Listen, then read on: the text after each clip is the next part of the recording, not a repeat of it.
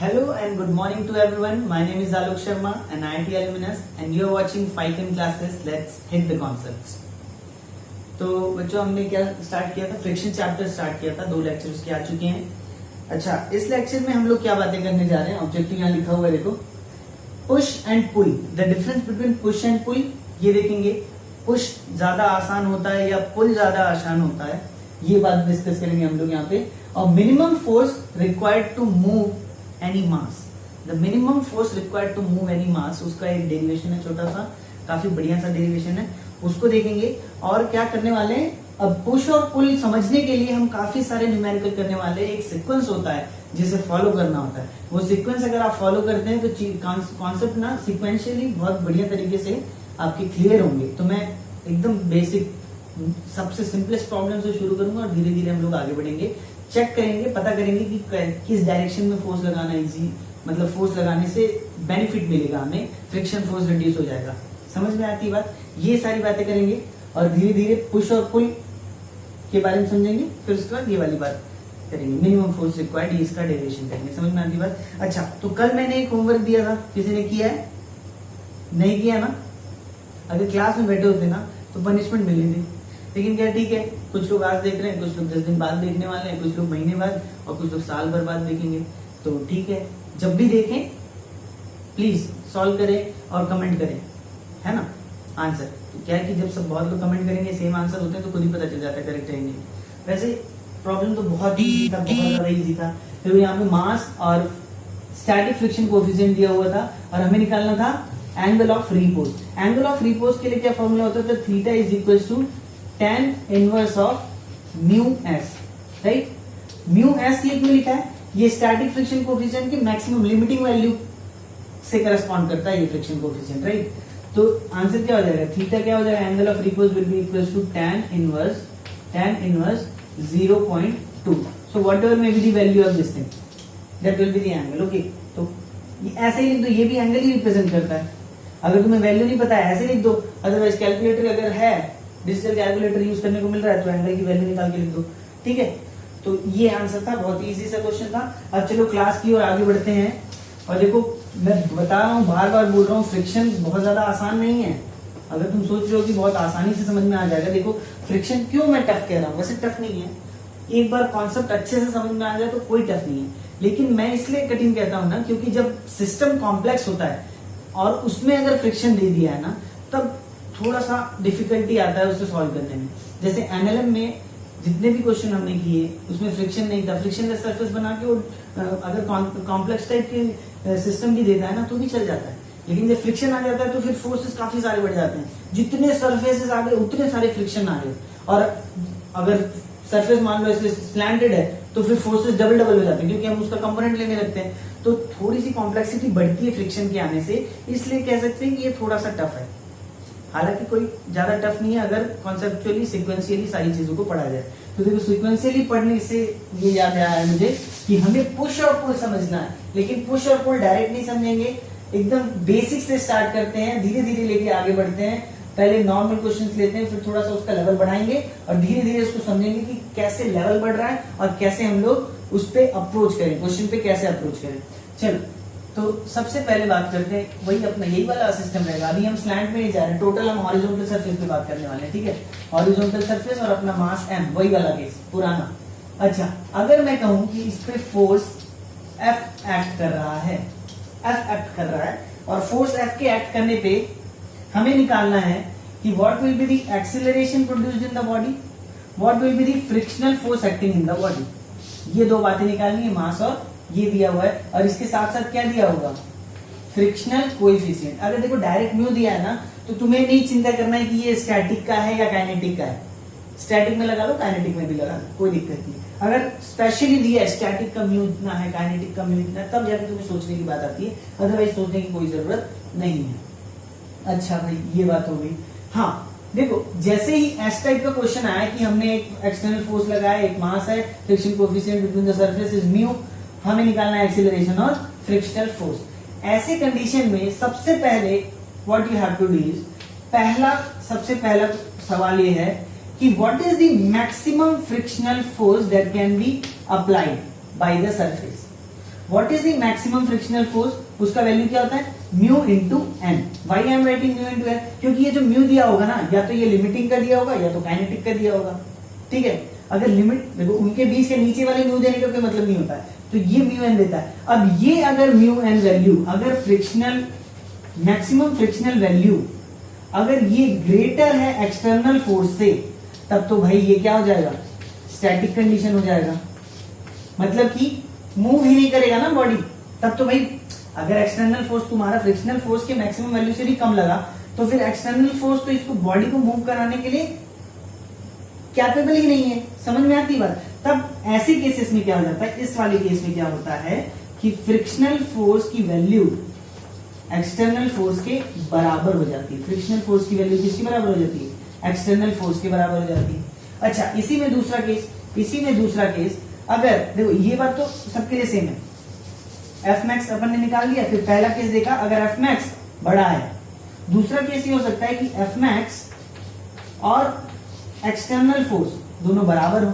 अगर ये कंडीशन है तो भी acceleration in the body will B zero. देखो इस कंडीशन में भी acceleration in the body is zero और एक्सटर्नल फोर्स फ्रिक्शनल फोर्स के बराबर हो गया। अब अगर डायरेक्टली एफ मैक्स के ही बराबर हो गया, दैट मीन्स कि फ्रिक्शन जो अप्लाइड है उसके बराबर एक्सटर्नल फोर्स हो गया, और एक्सटर्नल फोर्स और एफ मैक्स सब तीनों चीजें बराबर हो गई, और एक्सीलरेशन क्या होगा, जीरो होगा। अब तीसरा केस देखो, अगर अभी तुम्हें नहीं समझ में आ रहा है तो हम न्यूमेरिकल लेने वाले, टेंशन मत लो, ठीक है, लेकिन समझो पहले इस बात को। अच्छा, अब अगर मैंने कह दिया कि एफ मैक्स की वैल्यू लेस देन है एक्सटर्नल फोर्स से, अगर एक्सटर्नल फोर्स ज्यादा है उस केस में क्या हो जाएगा कि बॉडी एक्सीलरेट करेगी, means this will not be equals to zero, body accelerate करेगी। अब इस केस में आप एक्सीलरेशन भी निकाल सकते हो, और फ्रिक्शन जो लगेगा वो मैक्सिमम फ्रिक्शन के बराबर लगेगा। फ्रिक्शन क्या हो जाएगा, मैक्सिमम फ्रिक्शन के बराबर हो जाएगा। समझ में आती है बात, समझ में आ रही है बात, नहीं आ रही है? अच्छा, ये डायग्राम तो याद होगा ना, ये वाला। तो इस डायग्राम से अगर तुम इन तीनों केस को समझो ना, ये पहला वाला केस है कि आपका एक्सटर्नल फोर्स जो है एफ मैक्स से कम है, दैट मींस यहां कहीं होगा, ठीक है। दूसरा केस क्या है, एक्सटर्नल फोर्स एफ मैक्स के बराबर है, यहां कहीं हो गया। तीसरा केस क्या है, एक्सटर्नल फोर्स एफ मैक्स से बड़ा है, मतलब इधर वाला केस, काइनेटिक वाला केस। समझ में आ रही बात? चलो इसको अब प्रॉब्लम लेके सॉल्व करते हैं। ये लिखना होगा, लिख लो तुम, और फिर मैं इसे रब कर रहा हूं, स्टॉप करो। चलो आ जाओ, आप क्या करते हैं ना, अब एक प्रॉब्लम लेते हैं इसी पे, अब न्यूमेरिकल वैल्यूज से डील करते हैं तो चीजें थोड़ी सी और समझ में आएंगी। ये वही सरफेस है, मान लिया कि ये 2 kg मास है, क्या है 2 kg का मास है, और इस पे फोर्स लगता है इस तरीके से 10 न्यूटन का, and the friction coefficient given is 0.5, ठीक है। अब हमें बताना है कि what will be the acceleration produced in the body, what will be the frictional force acting on the body. अगर ये बॉडी एक्सीलरेट या मूव कर रही है तो एक्सीलरेशन बताओ, अदरवाइज फ्रिक्शन फोर्स बताओ। फ्रिक्शन फोर्स तो दोनों ही कंडीशन में बता सकते हैं, बॉडी मूव कर रही होगी तब भी फ्रिक्शन होगा, नहीं कर रही होगी तब भी फ्रिक्शन होगा, है ना। और एक्सीलरेशन इन द बॉडी तो जब बॉडी मूव करेगी तभी आएगा, नहीं करेगी तो फिर जीरो आ जाएगा। ठीक है, ठीक है, समझ में आ रही बात, नहीं आ रही? अच्छा भाई चलो, तो सबसे पहले मैंने क्या बताया कि सबसे पहले तो ये निकाल लो कि मैक्सिमम फ्रिक्शन कितना लग सकता है, कितना लग सकता है, कैसे निकालोगे, म्यू इंटू नॉर्मल फोर्स। अच्छा, म्यू इंटू नॉर्मल फोर्स करना है, यहाँ पे नॉर्मल फोर्स के लिए क्या करेंगे, सबसे पहले तो क्या करना पड़ेगा, नॉर्मल फोर्स कैसे निकालोगे, एफबीडी बना लो, एफबीडी बना लो। ये अपन ने बना लिया 2 kg मास, तो नॉर्मल फोर्स इस तरीके से लगेगा, नीचे की ओर क्या लगेगा, mg लगेगा, सामने की ओर क्या लगेगा, एक्सटर्नल फोर्स, और पीछे की ओर क्या लगेगा, frictional force. Frictional force will be equal to mu times of N. इतनी बात समझ में आती है ना, ये बात समझ में आती है ना। अच्छा, ये बात जैसे ही समझ में आती है, तुम देखो y डायरेक्शन पे अगर फोर्स बैलेंस करोगे तो normal force is equal to mg। तो इस केस में तो नॉर्मल फोर्स वेट के इक्वल आ गया, ठीक है, नॉर्मल फोर्स वेट के इक्वल आ गया अगर, तो अब हम यहाँ पे लिख सकते हैं mu into M into G, that will be the maximum frictional force, है कि नहीं। और जी की वैल्यू हमें हमेशा 10 ले लेनी है। अभी क्लास में जब तक है तब तक जी की वैल्यू 10 मीटर पर सेकंड स्क्वायर ले लो, जब तक क्लास में है जी की वैल्यू 10 ले लो, टेंशन नहीं लेने का। 9.81 ठीक है, कॉम्प्लेक्स हो जाता है ना कैलकुलेशन, अपन ने 10 लेके बना लेना है। अच्छा, म्यू की वैल्यू कितनी है, 0.5, mass is 2 kg, G is 10, that means कितना आ गया, 20 इंटू 0.5 इज 10 न्यूटन। ओ हो frictional force, maximum frictional force that can be applied, maximum frictional force that can be produced is 10 Newton और एक्सटर्नल फोर्स कितना है, ये भी 10 न्यूटन है। ओहो, तो अगर तुम देखो यहाँ पे ऐसे बॉडी बनाओगे, ये हो गया एक्सटर्नल फोर्स और ये हो गया फ्रिक्शनल फोर्स, राइट। और अगर मान लिया कि कुछ एक्सेलरेशन है भी, अगर मान लिया, देखो एक्चुअली तो ये दोनों फोर्सेस इक्वल है, मतलब कि एक्सेलरेशन नहीं होने वाला। मान लिया कि एक्सेलरेशन है अगर, तो फिर तुम यहाँ सेकंड लॉ से क्या लिखने वाले हो, सेकंड लॉ से हम क्या लिख सकते हैं, write down forces in the direction of acceleration, correct और नॉट। तो Fe लिख दिया external force minus frictional force that will be equals to mass of the body multiplied with acceleration. अब हमें पता है ये भी 10 है, ये भी 10 है, तो 10 minus 10 is equals to mass into acceleration. और यहां से पता चल गया कि एक्सेलरेशन विल बी 0। मास तो 0 नहीं हो सकता, मास तो 2 kg दिया हुआ है, मतलब कि एक्सेलरेशन 0 है। समझ में आ रही है बात। तो इस क्वेश्चन का आंसर क्या हो गया, acceleration of the body will be 0 and frictional force will be equals to maximum friction that can be possible and that is equals to 10 newtons. समझ में आ रही है बात, सवाल समझ में आया। इसमें क्या करना था, हमें दे दिया है एक mass of the body, mass of the body दे दिया, फ्रिक्शन कोएफिशिएंट दे दिया है बिटवीन द सरफेसेस और एक्सटर्नल फोर्स 10 न्यूटन दिया। अब कह रहा है कि ये बॉडी मूव करेगी कि नहीं करेगी, अगर करेगी तो एक्सेलरेशन क्या होगा, अगर नहीं करेगी तो फ्रिक्शनल फोर्स क्या होगा।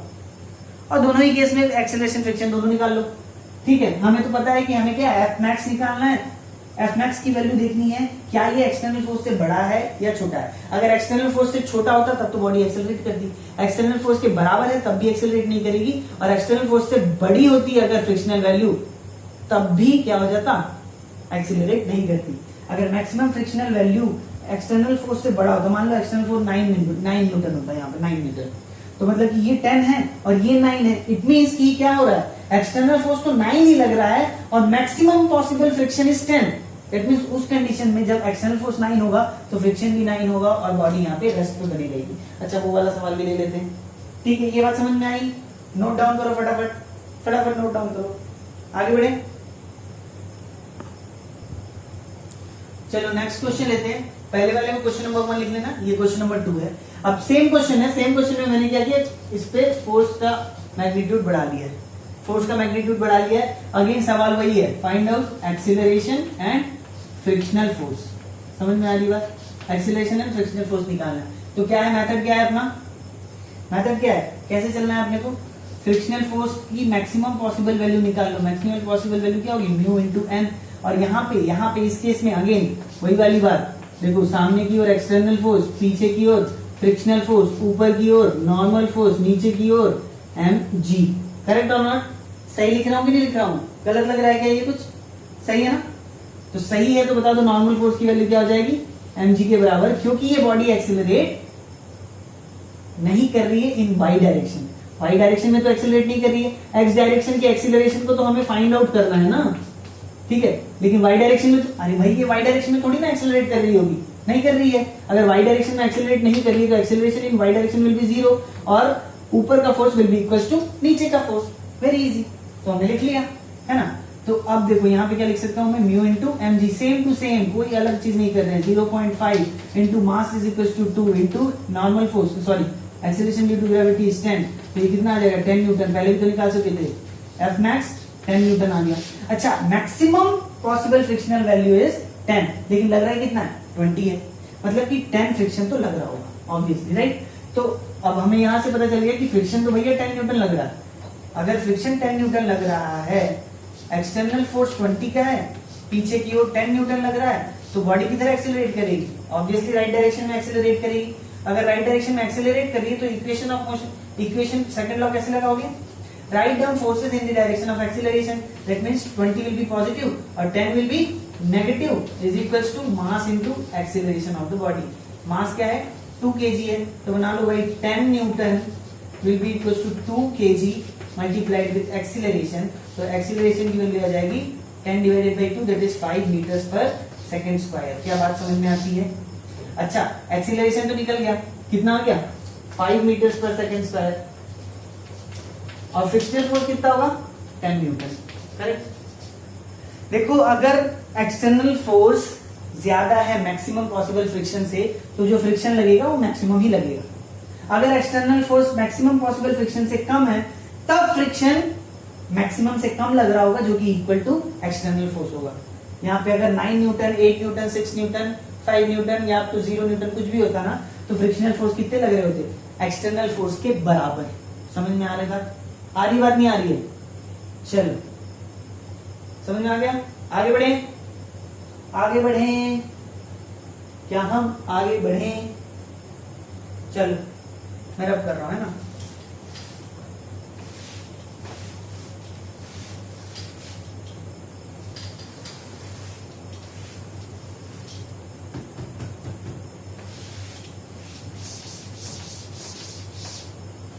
चलो आ जाओ। अब क्या कर रहे हैं ना, एक और सवाल, तीसरा नंबर का सवाल। धीरे धीरे अपन आगे बढ़ते हैं, अपना लेवल बढ़ाते हैं। अभी तक तो हॉरिजॉन्टल फोर्स था, हॉरिजॉन्टल सरफेस है, तो सरफेस तो नहीं चेंज कर रहे हैं, मास भी नहीं चेंज करते हैं, देखो वही वही लेके चलते हैं ना, क्या दिक्कत है। अब अगर अपन ने इस तरीके का फोर्स लगाया, देखो फोर्स का डायरेक्शन तुम देख लो इस तरीके से। ये फोर्स है जो कि हॉरिजॉन के साथ एंगल बनाता है 37 डिग्रीज का, और इस फोर्स का मैग्नीट्यूड अगेन है 10 न्यूटन। समझ में आ रही नहीं आ रही? समझ में आ रही बात नहीं आ रही है?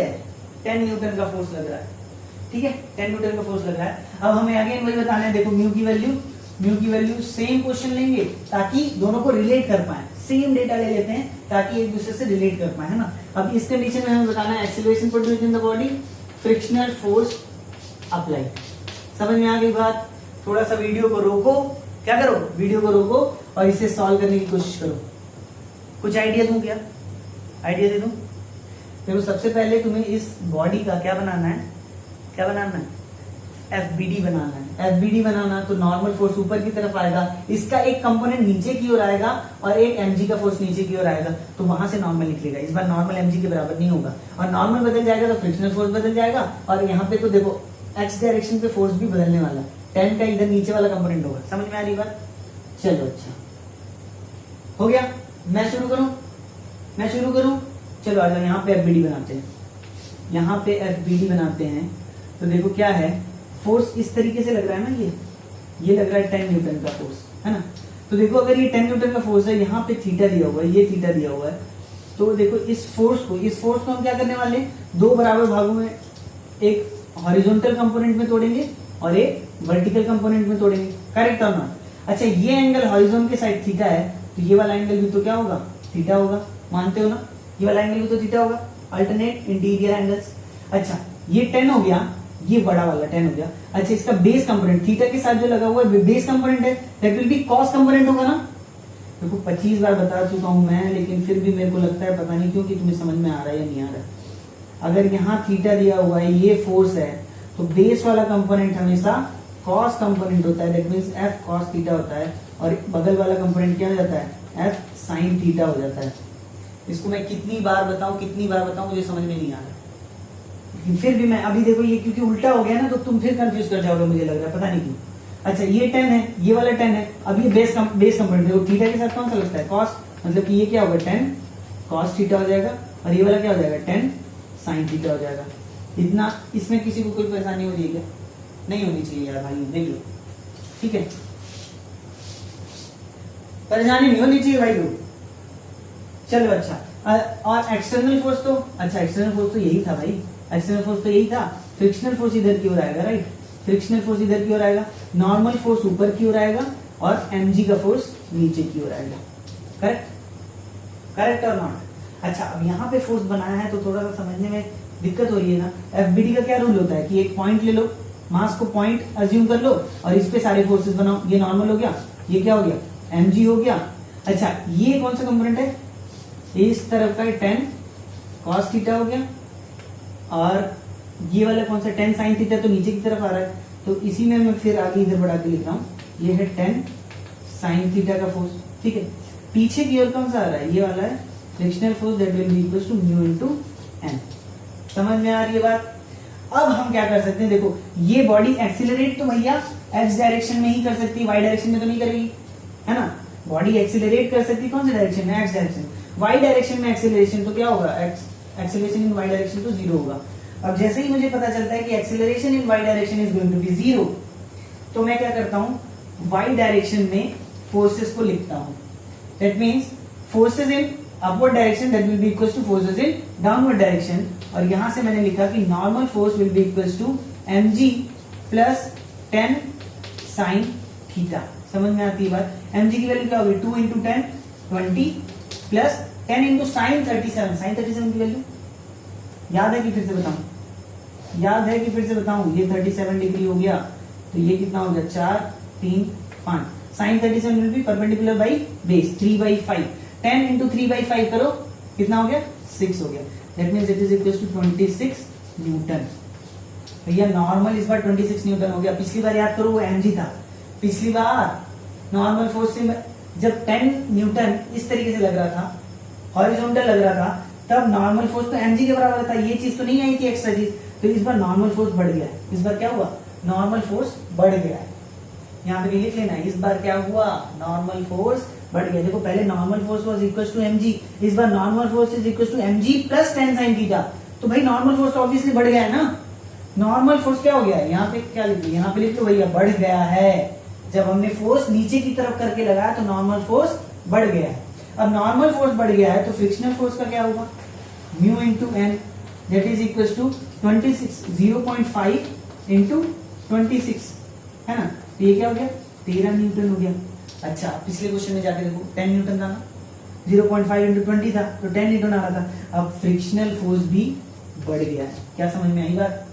इस केस में फ्रिक्शनल फोर्स भी बढ़ गया, नॉर्मल फोर्स भी बढ़ गया, तो क्या इस बार ढकेलना मुश्किल होगा या आसान होगा? मुश्किल होगा यार, ऑब्वियसली मुश्किल होगा। जब हम हॉरिजॉन्टल लगा रहे थे ना तो इससे तो आसान था, इतनी बात समझ में आती है, क्योंकि फ्रिक्शनल फोर्स इस बार बढ़ गया है तो पक्का डिफिकल्ट तो हो गया है। अच्छा डिफिकल्ट तो हो गया है, फाइन।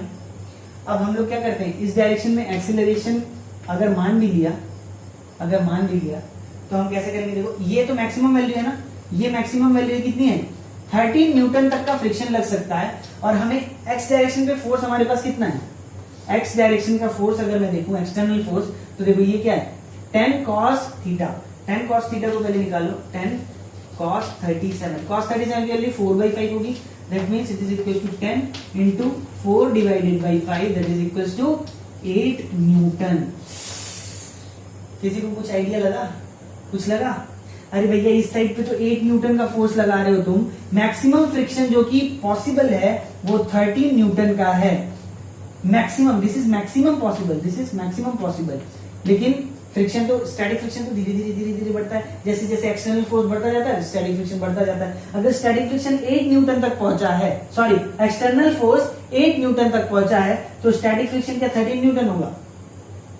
नहीं होगा। अगर स्टैटिक फ्रिक्शन 13 न्यूटन होगा तो बॉडी तो पीछे की ओर चलने लगेगी यार, तुम उसको आगे की ओर खींच रहे हो और बॉडी पीछे की ओर चल रही है, ऐसा हो सकता है क्या? ये तो मैक्सिमम पॉसिबल है। हमें तो 8 न्यूटन हमने लगाया, तो ये सिर्फ 8 न्यूटन तक ही बढ़ेगा ना, ये तो धीरे धीरे बढ़ता है ना, इस तरीके से जैसा मैंने पहले एक बार डायग्राम में बनाया था ना, फोर्स तो ऐसे बढ़ता जाता है। फ्रिक्शनल फोर्स जैसे जैसे हम एक्सटर्नल फोर्स बढ़ाते हैं, फ्रिक्शनल फोर्स वैसे वैसे बढ़ता जाता है, और कब तक बढ़ता है? जब तक कि वो अपने मैक्सिमम तक पहुंच जाए। इसकी मैक्सिमम वैल्यू 13 न्यूटन है, हमने फोर्स कितना अप्लाई किया है? 8 न्यूटन का ही फोर्स अप्लाई किया है। अगर 8 न्यूटन का अप्लाई किया है तो 13 न्यूटन तक तो पहुंचेगा ही नहीं ना यार, तब तो फ्रिक्शन कितना लग रहा होगा? फ्रिक्शन एक्चुअली कितना लग रहा होगा? 8 न्यूटन का ही लग रहा होगा, और एक्सीलरेशन इन द बॉडी क्या होगा? 0। समझ में आ गई बात? Acceleration in the body will be 0, friction will be 8 Newton. समझ में आती है बात? क्या बात समझ में आ रही? क्लियर हो रहा है नहीं हो रहा है? चलो ठीक है। अब यही क्वेश्चन हम क्या करेंगे, ये तुम उतार लो आराम से, और यही क्वेश्चन हम क्या करेंगे, हम लोग यहाँ 20 न्यूटन लेके देखते हैं कि क्या अब बॉडी मूव कर रही नहीं कर रही। पहली बात ये तो बात समझ में आ रही है कि जैसे ही हम लोग फोर्स को एक एंगल पे ऐसे नीचे की ओर लगाते हैं ना, नीचे की ओर लगाते हैं तो फ्रिक्शनल फोर्स बढ़ जाता है, क्योंकि नॉर्मल फोर्स देखो नॉर्मल ऊपर की ओर है, इधर normal will be equal to mg plus 10 sin theta हो गया था ना, मतलब कि नॉर्मल तो बढ़ गया, नॉर्मल फोर्स बढ़ा तो maximum frictional force that is possible this will also increase. ये भी बढ़ गया है, ये भी बढ़ गया है, फ्रिक्शन बढ़ रहा है तो ऑब्वियसली ढकेलना मुश्किल हो जाएगा ना, तो ढकेलना मुश्किल हो गया, और मैक्सिमम फ्रिक्शन से भी कम फोर्स लग रहा है हमारे पास, इसलिए ये बॉडी मूव नहीं करेगी, एक्सीलरेशन 0 और फ्रिक्शन क्या होगा 8 न्यूटन, एक्सटर्नल फोर्स के बराबर होगा। समझ में आ गई बात ना? अब ये 20 न्यूटन लेके एक बार ट्राई करो तो फटाफट। चलो आ जाओ, अब क्या करने वाले हैं, अब ये फोर्स हम लोग 20 न्यूटन ले लेते हैं, और फिर एक्सेलरेशन फाइंड आउट करना है, फ्रिक्शन फाइंड आउट करना है, जो भी हो, एक्सेलरेट कर रहा है नहीं कर रहा है सब चीज पता करना है। तो फिर से वही बात हो गई, फिर से हम लोग क्या करने वाले हैं, यहाँ पे एक एफबीडी बना लेते हैं। ये क्या हो गया? नॉर्मल फोर्स हो गया। ये क्या हो गया? एफ का कौन सा कंपोनेंट आएगा इधर की ओर, जल्दी बताओ। ये हो गया 20 cos 37 और नीचे की ओर क्या आएगा 20 sin 37 प्लस एक और नीचे की ओर क्या आ रहा है mg। समझ में आ रही बात? और पीछे की ओर कौन सा फोर्स होगा? Frictional force that is equals to mu into N. ठीक है, ठीक है ना, बिल्कुल पिछली बार जैसा ही, इसलिए मैं इसको टाइम नहीं दे रहा हूं ज्यादा। ठीक है, चलो normal force will be equals to mg plus 20 sin 37। तो mg की वैल्यू कितनी आ रही है? mg is 20 plus 20 sin 37। sin 37 is 3/5, 5 चौक 20, 4 तिया 12। तो this is going to be 32 newton. Normal force 32 newton हो गया। और फ्रिक्शनल फोर्स के बारे में बात करें तो क्या हो गया? Mu into N that will be equals to 0.5 into 32 that is equals to 16 newton, है ना? 16 न्यूटन हो गया। अच्छा, फ्रिक्शनल फोर्स 16 न्यूटन हो गया है, नॉर्मल फोर्स इतना हो गया है। ये मैक्सिमम पॉसिबल फ्रिक्शन है, लेकिन अब हमें कंपेयर करना है कि क्या ये वाला फोर्स कितना है। ये वाला फोर्स क्योंकि इसके अपोज में है ना, फ्रिक्शन के अपोजिट कौन सा फोर्स है? 20 cos 37। तो मैं अगर एक्सटर्नल फोर्स cos 37 जो कि x डायरेक्शन में लग रहा है उसको देखा जाए तो ये क्या है? 20 into 4 by cos 37 means 4/5 that will be equals to, tell me, 16 newton. ओ फ्रिक्शन फोर्स का मैक्सिमम वैल्यू और एक्सटर्नल फोर्स बिल्कुल बराबर। क्या हो गया? Friction maximum is equals to external force. It means क्या होगा? Acceleration will be 0। सामने वाली कंडीशन देखो ना, तो ये दोनों फोर्स इक्वल हो गए, राइट साइड का फोर्स और लेफ्ट साइड का फोर्स इक्वल हो गए, तो एक्सीलरेशन क्या प्रोड्यूस होगा? Acceleration produce will be 0। तो acceleration produced is 0 and answer for frictional force is 16 Newton. समझ में आ गई बात? समझ में आ गई बात? चलो बहुत बढ़िया। तो ये तो एक्सेलरेट ही नहीं कर पाया, है कि नहीं? एक्सेलरेट ही नहीं कर पाया और फ्रिक्शनल फोर्स की वैल्यू एकदम मैक्सिमम पॉसिबल के बराबर हो गई, एक्सटर्नल फोर्स के बराबर हो गई। ठीक है, चलो सवाल दिख रहा है सामने। अच्छा, ये 5वां नंबर का सवाल फिर से 10 न्यूटन पे आ जाते हैं। 10 और 20 दो एग्जांपल ले रहे हैं हम लोग अभी तक। चलो अब इस केस में देखो, पहले केस में हमने क्या किया था? हॉरिजॉन्टल फोर्स लगाया था। दूसरे केस में दबाता हुआ फोर्स लगाया था, दबा हुआ, राइट ना, नीचे की ओर जा रहा था। इस बार ये उठा हुआ फोर्स लगा रहे हैं, राइट? अब उठा हुआ फोर्स लगा रहे हैं, फिर से वही काम करना है। एफबीडी बना लो भैया, एफबीडी जैसे ही बनाओगे, देखो ये 10 है ना, 10 न्यूटन उस डायरेक्शन में। मुझे बताना 10 का ये वाला कंपोनेंट कितना होगा? जल्दी बताओ, ये वाला कंपोनेंट कितना होगा? ये थीटा के साथ है तो ये क्या होगा? 10 cos 37 हो जाएगा, करेक्ट? और 10 का ये परपेंडिकुलर कंपोनेंट ऊपर की ओर, इस बार ऊपर की ओर आएगा ना, ये क्या हो जाएगा? 10 sin 37। तो अगर मैं एफबीडी बना रहा हूं तो एफबीडी में मैं क्या करूंगा? जो खींचने वाला फोर्स है, बॉडी को खींचने वाला फोर्स है, ये क्या है? 10 cos 37। ऊपर की ओर क्या फोर्स है? एक तो नॉर्मल है और ऊपर की और एक फोर्स कौन सा? ये वाला आ रहा है, ये वाला आ रहा है जो कि कितना है? 10 sin 37 है। नीचे की ओर कौन सा फोर्स होगा? mg। और पीछे की ओर कौन सा फोर्स होगा? Frictional force that will be equals to mu into n। इस बार देखो क्या क्या अंतर क्या आ गया इस बार डायग्राम में।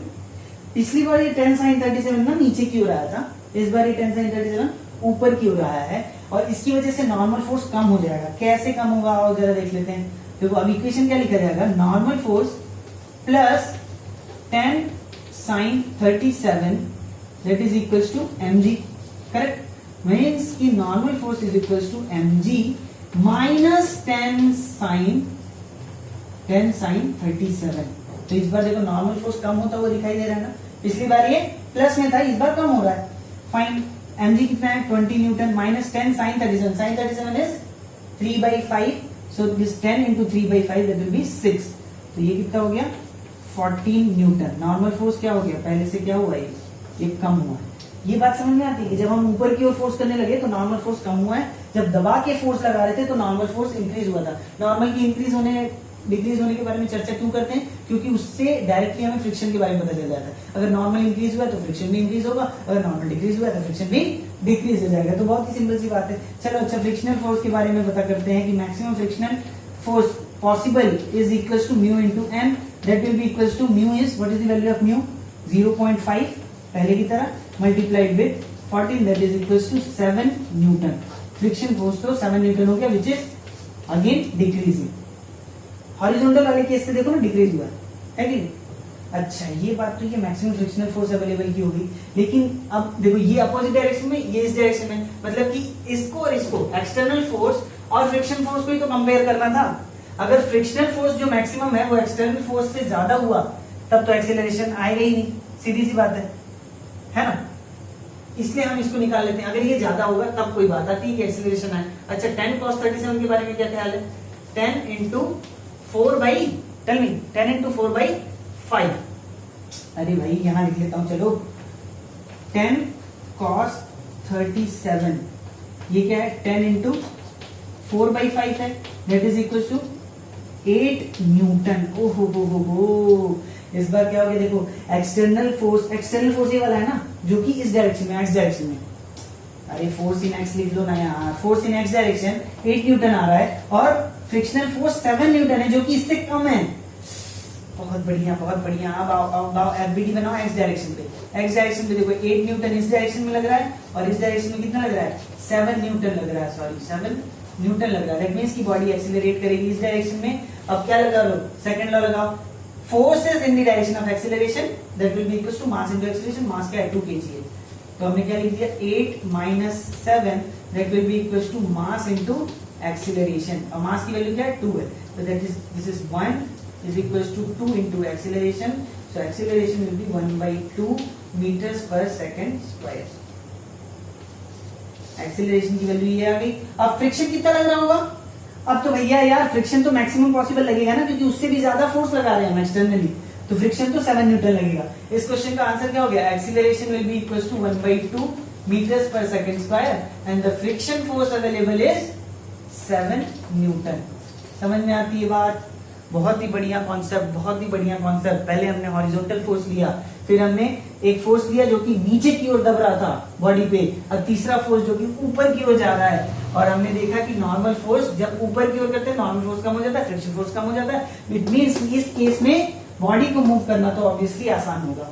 तुम अगर याद करो तो 10 वाले में ही हॉरिजॉन्टल केस में भी बॉडी मूव नहीं कर रही थी, और 10 वाले में ही जब हम ऊपर से नीचे की ओर लगा रहे थे तब भी बॉडी मूव नहीं कर रही थी। लेकिन इस केस में बॉडी मूव करने लगी, एक्सेलरेशन आ गया ना हाफ का। मतलब कि तीनों में से कौन सा सबसे आसान केस था? सबसे आसानी से आप किस में मूव कर रहे थे? इस वाले में मूव कर रहे हो, है कि नहीं?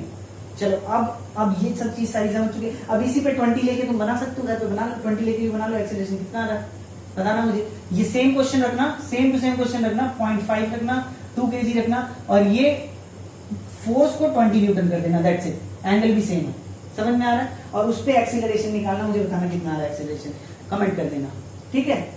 चलो आगे बढ़े। अब मैं तुम्हें पुश और पुल के बारे में बता देता हूं, ठीक है?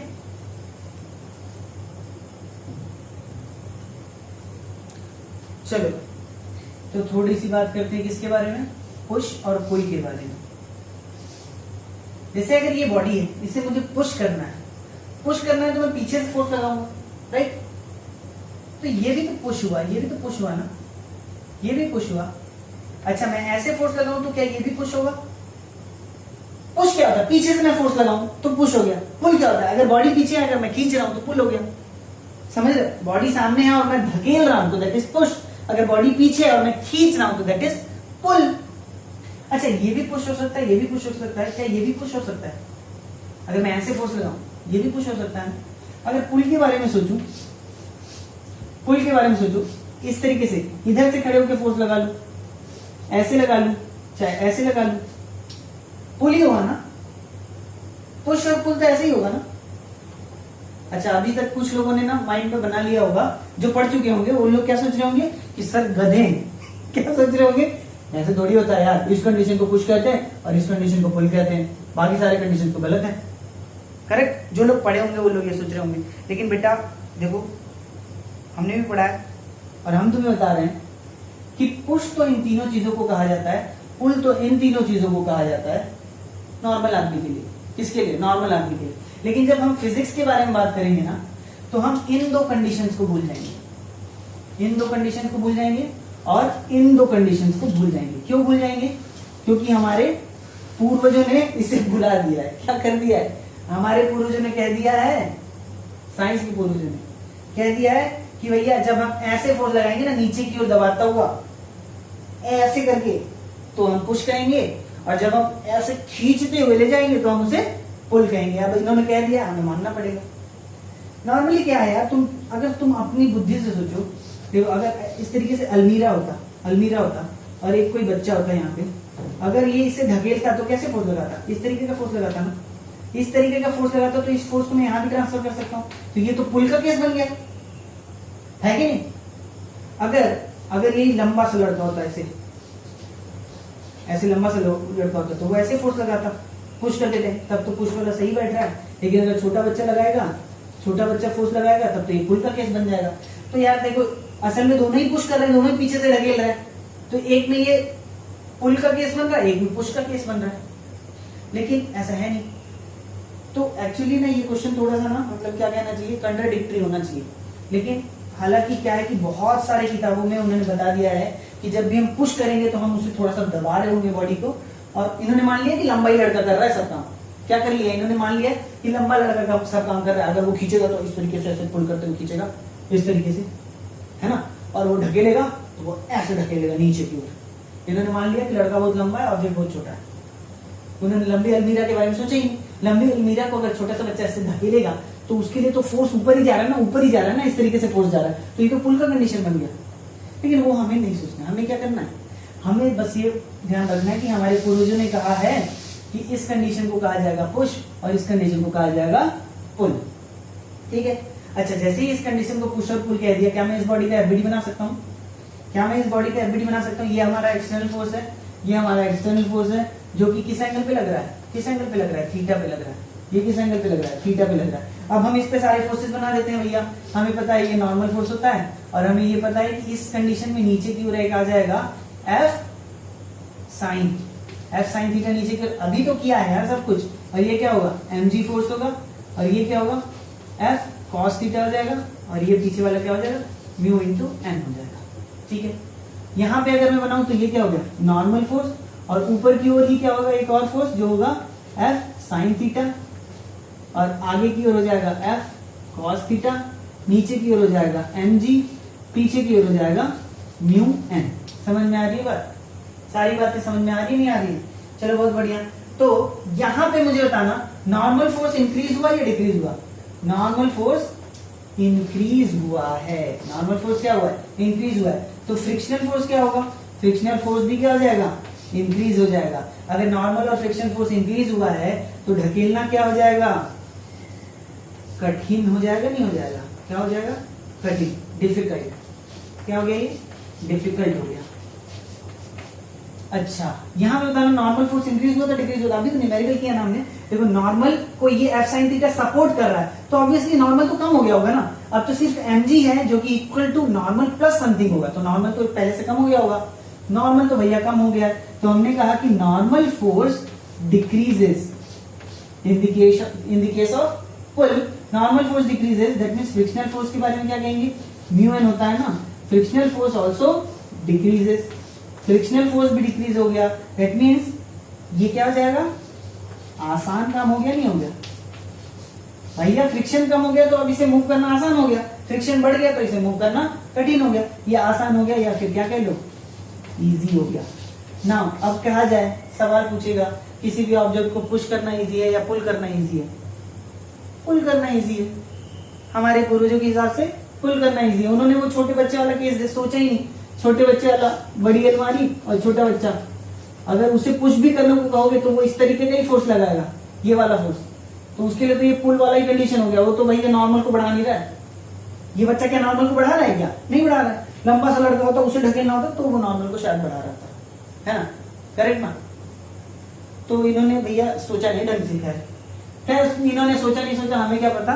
लेकिन हमें तो ये पता है कि एग्जाम में अगर आता है तो हमें यही कंडीशन याद रखना है। पुल मतलब कि ऊपर की ओर, पुश मतलब कि नीचे की ओर। नीचे की ओर है तो नॉर्मल फोर्स इंक्रीज हो जाएगा, ऊपर की ओर है तो नॉर्मल फोर्स डिक्रीज हो जाएगा। अगर नॉर्मल इंक्रीज होता है तो फ्रिक्शन इंक्रीज हो जाएगा, नॉर्मल डिक्रीज होता है तो फ्रिक्शन डिक्रीज हो जाएगा। फ्रिक्शन इंक्रीज हुआ तो डिफिकल्ट, फ्रिक्शन डिक्रीज हुआ तो इजी। Very simple. समझ में आ रही है बात? हो गया ना? चलो आज नेक्स्ट हेडिंग डालो, minimum force required to move an object. अच्छा, ये डायग्राम दिख रहा है। अच्छा, ये केस पुल का दिखता है या पुश का दिखता है? पुल का केस दिख रहा है या पुश का दिख रहा है? पुल का दिख रहा है ना। मैंने पुल का क्यों बनाया? अरे भैया मिनिमम निकालना चाह रहे हैं हम तो पुल का ही बनाएंगे ना, पुश में तो फोर्स ज्यादा लग जाता है ना मूव करने के लिए, पुल में ही फोर्स कम होता है। अगर हम इसे हॉरिजॉन्टल लगाएं तो भी इससे तो ज्यादा लगेगा, पुल में ही सबसे कम लगेगा। लेकिन अब सवाल उठता है कि ये थीटा क्या होगा और ये फोर्स क्या होगा। समझ में आ रही बात? ये थीटा क्या होगा कि ये फोर्स जो लग रहा है एक्सटर्नल फोर्स इसको मूव करने के लिए या एक्सेलरेशन प्रोड्यूस करने के लिए, ये फोर्स की वैल्यू कितनी होगी, कितने थीटा पे होगी, है ना। ये सारी बातें हैं। अच्छा चलो तो इसे थोड़ा सा देखते हैं, एनालाइज करते हैं। पहली बात तो पुल होगा, ये बात तो श्योर है क्योंकि पुल में सबसे कम फोर्स लगता है, राइट। लेकिन इस थीटा के बारे में, थीटा ही एक वेरिएबल है जो कि इस पूरे डायग्राम में वेरिएबल दिख रहा है। देखो एमजी नहीं बदलने वाला है ना, एमजी तो नहीं बदलेगा। फ्रिक्शनल फोर्स ये सब तो सब डिपेंड करता है कि ये कितना है, क्योंकि इसी के कंपोनेंट से नॉर्मल डिसाइड होने वाला है, राइट। तो चलो आओ इसका थोड़ा सा एफबीडी बना लेते हैं, एफबीडी बना लेते हैं। आ जाओ, कोई मुझे बना सकता है क्या यहाँ पे? तुम लोग ट्राई करो एक बार, एफबीडी बना दो फटाफट। यार हम तो बना चुके हैं ना इसका एफबीडी। ये ऐसे कर लिया, नॉर्मल फोर्स इधर आ गया और ऊपर की और कौन सा फोर्स आएगा, एफ का sign component, F sine theta, ये आ जाएगा नहीं ऊपर। और ये इस डायरेक्शन में कौन सा फोर्स आएगा, एफ का कौन सा कंपोनेंट, एफ कॉस थीटा। अभी बनाया है मैंने इसलिए फिर मैं डायरेक्ट बता रहा हूं यहाँ पे। पिछले क्वेश्चन में देख लो, नहीं तो ये क्या हो गया mg, और पीछे की ओर क्या लगेगा, पीछे की ओर लगेगा frictional force that is equal to mu into N. समझ में आ रही बात? चलो अच्छा, अब हम फोर्स लिखते हैं, फोर्सेस लिखते हैं कौन से डायरेक्शन में, चलो वाई डायरेक्शन में फोर्सेस लिखते हैं। वाई डायरेक्शन में फोर्सेस लिखो, आ जाओ। चलो वाई डायरेक्शन में फोर्सेस लिख रहे हैं तो देखो ऊपर के forces will be equal to नीचे के forces, that is F sine theta plus normal force that will be equal to mg। तो यहां से अगर मैं नॉर्मल फोर्स निकालना चाहूं, क्योंकि नॉर्मल फोर्स मुझे म्यू वन में काम आएगा इसलिए मैं निकाल ले रहा हूं, ठीक है। तो ये क्या हो गया mg।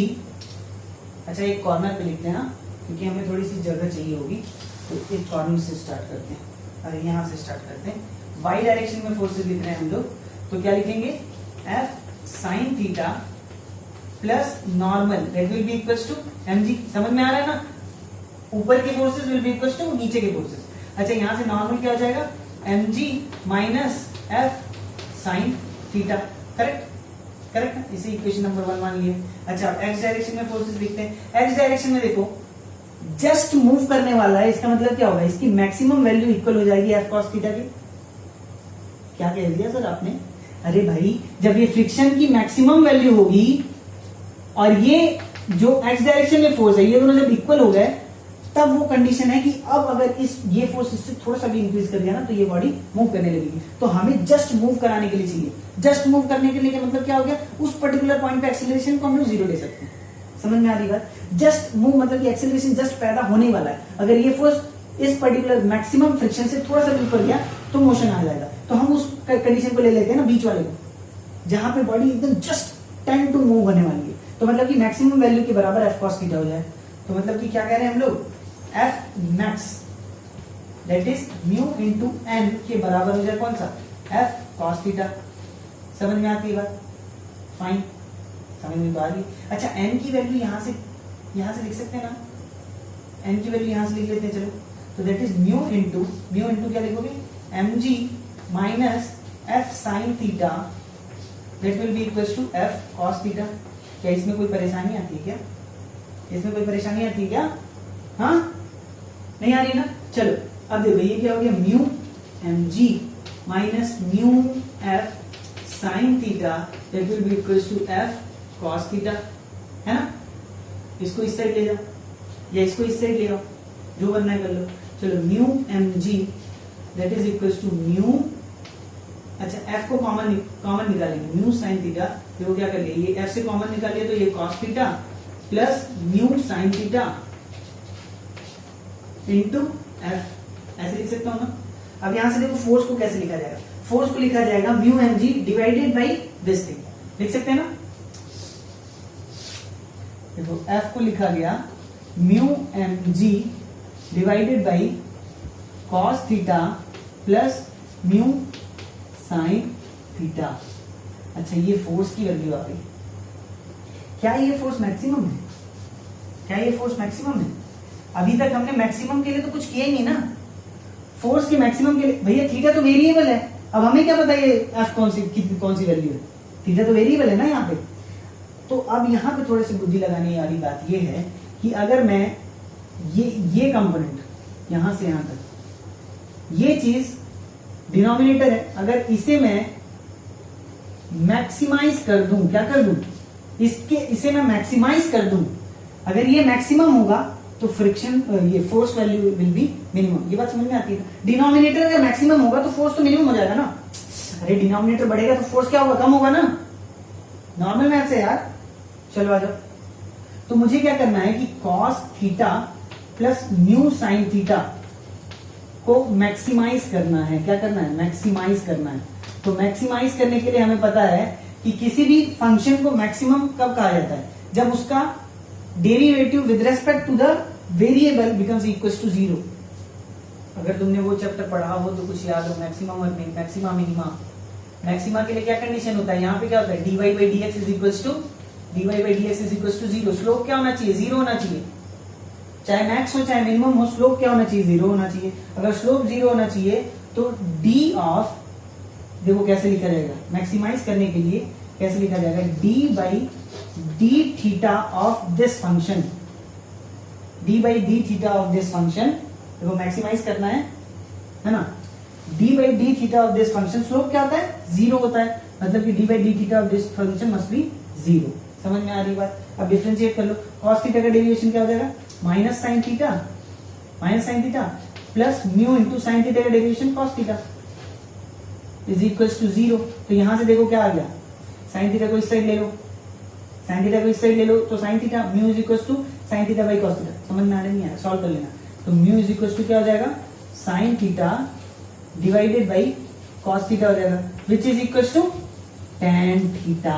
ओहो हो, मतलब कि अगर tan थीटा म्यू के बराबर हो जाए, ये थीटा ऐसा हो कि tan theta will be equal to mu, या फिर theta is equal to tan inverse mu हो, तो हमारा क्या हो जाएगा, फोर्स जो हम एक्सटर्नली अप्लाई कर रहे हैं वो मिनिमाइज हो जाएगा। समझ में आती है बात? कम से कम फोर्स में हम इस बॉडी को मूव कर पाएंगे अगर थीटा कितना हो, tan इनवर्स म्यू के बराबर हो। म्यू तो इसका ये है ना, यहाँ पे वैल्यू लिखने की जरूरत नहीं है, इस वैल्यू को डालो, कोई सी भी वैल्यू, ठीक है। समझ में आती है बात? अब चलो इस इक्वेशन में देखना, इस इक्वेशन में मैं क्या करने वाला हूं, न्यूमरेटर और डिनोमिनेटर दोनों को cos थीटा से डिवाइड करूंगा। क्यों करूंगा, क्योंकि यहाँ पे sin थीटा है, अगर sin theta divide by cos theta करूंगा तो मेरे को tan थीटा मिल जाएगा, तो मैं ये वैल्यू रख पाऊंगा। समझ में आती है बात? इतनी बात समझ में आती है? क्या समझ में आ रही बात? चलो आ जाओ। तो मैंने क्या कर दिया, f इज इक्वल टू क्या लिखा, देखो mu M G divided by cos theta. अच्छा, 1 बाई cos थीटा को क्या लिख सकते हैं, 1 बाई cos थीटा को क्या मैं sec थीटा लिख सकता हूं ना। तो मैंने देखो म्यू एम जी में, देखो मुझे न्यूमरेटर में भी cos थीटा डिवाइड करना है और डिनोमिनेटर में भी cos थीटा डिवाइड करना है। भैया अगर दोनों में नहीं डिवाइड करूंगा तो फिर तो नया इक्वेशन हो गया, ऐसे अपने आप तो कुछ नहीं कर सकता ना मैं इसमें भी सेम नंबर से डिवाइड करूंगा, इसमें भी सेम चीज से डिवाइड करूंगा, ऐसा मैं कर सकता हूं मैथमेटिकल इक्वेशन में, राइट। तो मैंने इसमें cos थीटा से डिवाइड किया, तो cos थीटा से डिवाइड करो या sec थीटा से मल्टीप्लाई करो, एक ही बात होती है। जो थोड़ा सा ट्रिग्नोमेट्री पढ़े हैं 10th में उन्हें पता होगा, है ना। अब ये cos थीटा को फिर से cos थीटा से डिवाइड किया तो ये क्या बन जाएगा, 1 plus mu into sine theta divide by cos theta. तो म्यू इंटू क्या हो गया, tan थीटा हो गया, करेक्ट हो ना। ये क्या हो गया, tan थीटा हो गया, फाइन।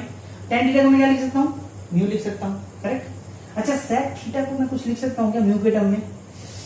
सोचो क्या किया जा सकता है, sec थीटा को क्या मैं म्यू के टर्म में कुछ लिख सकता हूँ? मुझे एक फॉर्मूला याद आता है कि 1 plus tan square theta was equals to sec square theta. ये फॉर्मूला कुछ याद आ रहा है मुझे। अगर मुझे ये फॉर्मूला याद आ रहा है तो मुझे पता है कि 1 प्लस tan थीटा को तो मैं म्यू लिखता हूँ, that is mu square theta, that will be equals to sec square theta. हो that means sec theta will be equals to under the root of 1 plus mu square, correct ना। तो यहां से मैंने क्या लिख लिया, mu M G into under the root of 1 plus mu square divided by, देखो 1 plus mu into tan theta की जगह पे क्या लिख सकते हैं, म्यू लिख सकते हैं, that is 1 plus mu square. अब इसे अगर सॉल्व करोगे तुम तो तुम्हें मिलता है फोर्स की वैल्यू, तुम्हें क्या मिल जाएगी, फोर्स की वैल्यू तुम्हें मिल जाएगी mu M G divided by, देखो रूट वाला है ना, इसको काट लेगा तो ये रूट में बचेगा 1 प्लस म्यू स्क्वायर। क्या मिल गया ये mu M G divided by 1 plus mu square का अंडर द रूट। समझ में आ गया?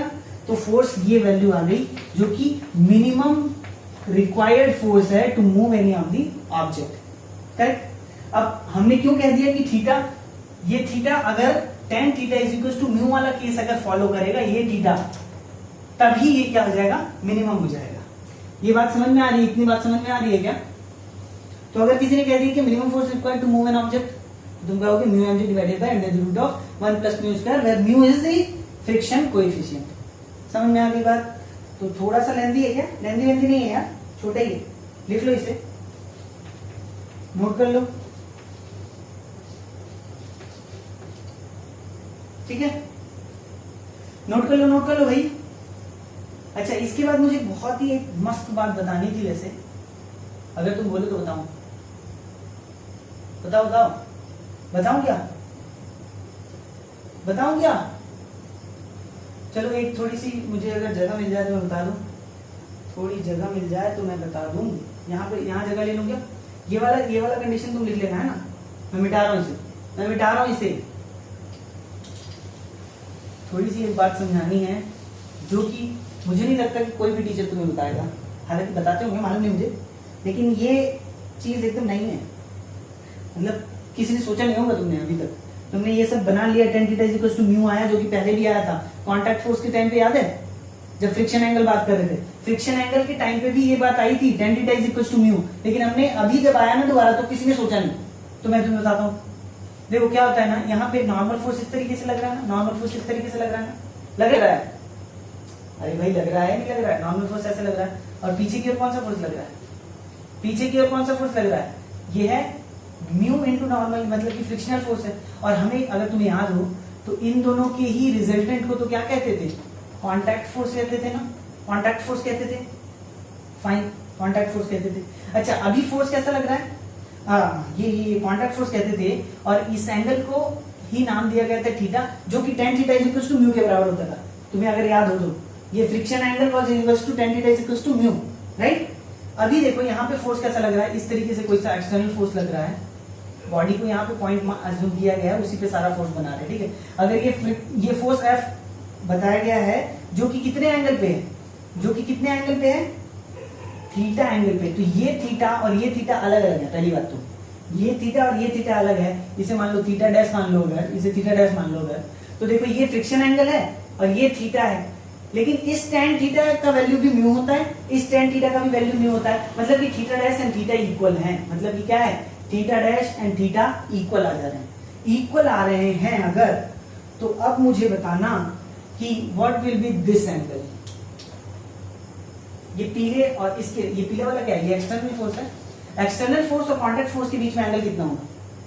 90 डिग्री का होगा। कितना होगा? 90 डिग्री का होगा, क्योंकि ये भी थीटा है। ये देखो, ये हॉरिजॉन्टल से थीटा है, ये वर्टिकल से थीटा है। मतलब कि दोनों बराबर बराबर सर्कल है ना। ये हॉरिजॉन्टल से थीटा सर्कल है, ये वर्टिकल से थीटा सर्कल है। तो एक्चुअली में दोनों 90 डिग्री के एंगल पे हैं। इससे ये बात क्लियर होती है कि कांटेक्ट फोर्स के परपेंडिकुलर अगर एक्सटर्नल फोर्स लगाया जाए तो मिनिमम फोर्स लगेगा बॉडी को मूव कराने के लिए। ये बात तुम्हें कहीं नहीं मिलेगी बेटा, इसको बना लेना, ठीक है? कांटेक्ट फोर्स का आइडिया भी नहीं लगता है। हम लोग पढ़ लेते हैं कि फ्रिक्शनल फोर्स और नॉर्मल फोर्स के क्या कहते हैं, कॉम्बिनेशन से कांटेक्ट फोर्स बनता है। उसके बारे में हम लोग थोड़ा सा सोच नहीं पाते हैं। ये बात तुम्हें एकदम नई बता दी है, इसको बना लेना बढ़िया से और मजा आ जाएगा तुम्हें। क्या है, समझ में आ रही बात? चलो, तो आज का लेक्चर यहीं पे समाप्त है ना? और वो होमवर्क तुम्हारा क्या है, 20 न्यूटन के फोर्स के साथ जो अपवर्ड पुश वाले कंडीशन में 20 न्यूटन का फोर्स था ना, वही यूज करके तुम्हें बताना है, ठीक है? चलो, तो फिर मिलते हैं नेक्स्ट लेक्चर में। तो पढ़ते रहो बढ़िया से, अपना ख्याल रखो, घर वालों का भी ख्याल रखो, और प्लीज वीडियो को लाइक करो। अगर पसंद आ रहा है, जो पढ़ाई चल रही पसंद आ रहा है, तो प्लीज वीडियो को लाइक करो, अपने दोस्तों के साथ शेयर करो, और कितनी बार कहूँ यार, सब्सक्राइब कर लो ना, ठीक है? चलो, ओके, तो मिलते हैं नेक्स्ट लेक्चर में। Bye bye, take care.